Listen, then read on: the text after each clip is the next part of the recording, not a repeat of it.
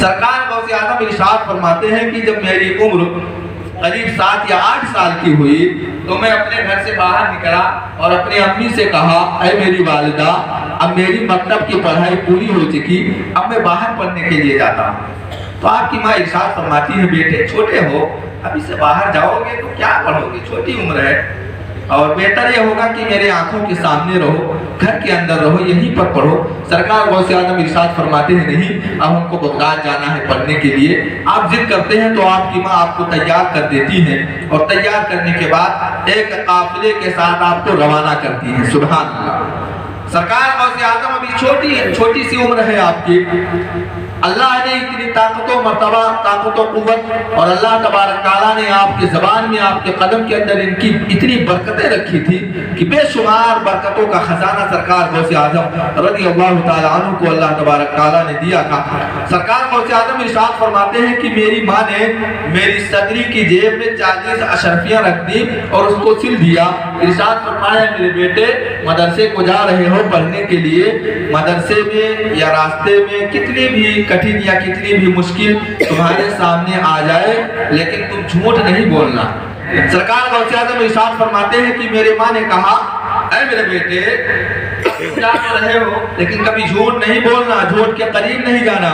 سرکار غوث اعظم اپنے گھر سے نکلتے ہیں، اس قافلے کے ساتھ چند دور جاتے ہیں کہ جنگل ملتا ہے، جنگل کے اندر تمام قافلے کو ڈاکوؤں نے لوٹنا شروع کر دیا۔ اب پورا قافلہ لٹ گیا، کسی کے پاس کچھ نہ بچا، کوئی ادھر بھگا، کوئی ادھر بھگا، کوئی جنگل میں کودا، کوئی پہاڑی کے اوپر گیا، کوئی کہیں گیا، لیکن سرکار غوث اعظم خاموشی سے کھڑے رہے۔ ایک چور آیا، اس نے کہا اے بیٹے تیرے پاس کچھ ہے؟ سرکار غوث اعظم نے ارشاد فرمایا ہاں ہے۔ کہا کیا ہے؟ کہا میرے صدری کے جیب کے اندر 40 اشرفیاں ہیں۔ سبحان اللہ۔ آپ نے کتنا فرمایا؟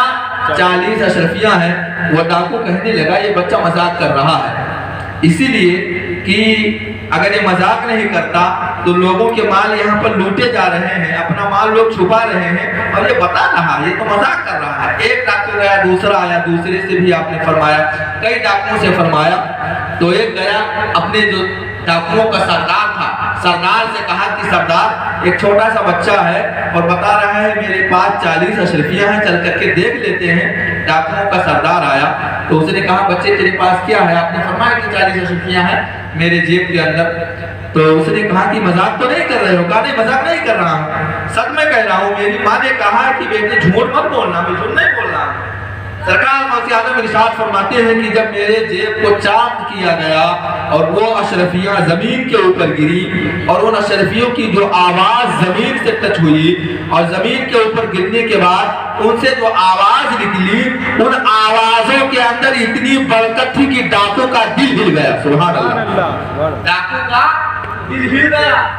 اس نے سوچا اے مولا تو نے مجھ کو پیدا کیا، تو نے مجھ کو بنایا، تو نے مجھ کو زندگی دی، پروردگار عالم تو جب تک چاہے میں دنیا کے اندر زندہ رہوں۔ یہ چھوٹا سا بچہ ہے، اس کی ماں نے اس کو صرف اتنی تلقین کی ہے، اتنا بتایا ہے کہ اے میرے بیٹے تمہارے اوپر کوئی مشکل آ جائے، کوئی کٹھنائی آ جائے، راستے کے اندر کچھ بھی ہو جائے، یا اور پوری زندگی کے اندر تم کو کوئی دشواری آ جائے تو میرے بیٹے تم جھوٹ مت بولنا۔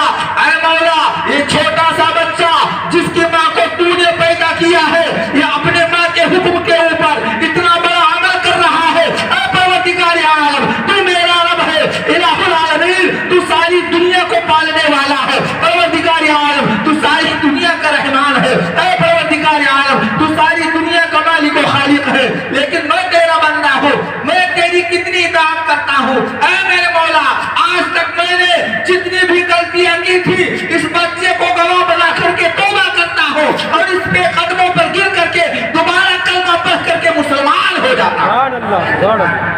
حضرات اکرامی سرکار غوث اعظم ارشاد فرماتے ہیں کہ قریب 40,000 یا 40 لاکھ لوگ اس وقت آپ کے دستے مبارک پر مسلمان ہوئے۔ سبحان اللہ، کلمہ پڑھ کر کے۔ سرکار غوث اعظم رضی اللہ تعالیٰ عنہ ارشاد فرماتے ہیں جب ڈاکوؤں کا سردار مسلمان ہوا، چوری سے توبہ کیا، تو اور جو ڈاکو تھے وہ کہنے لگے کہ جب میرے سردار ہی چلے گئے ادھر تو اب ہم ادھر کیا کریں گے؟ اب ہم جہنم کی وادی سے نکل کر کے اور جنت کے اندر داخل ہو جائیں گے، نرک کے اندر جو پھنسے ہیں اس نرک کنڈ سے دور ہو کر کے اور ہم بیکنٹھ میں چلے جائیں گے۔ سبحان اللہ۔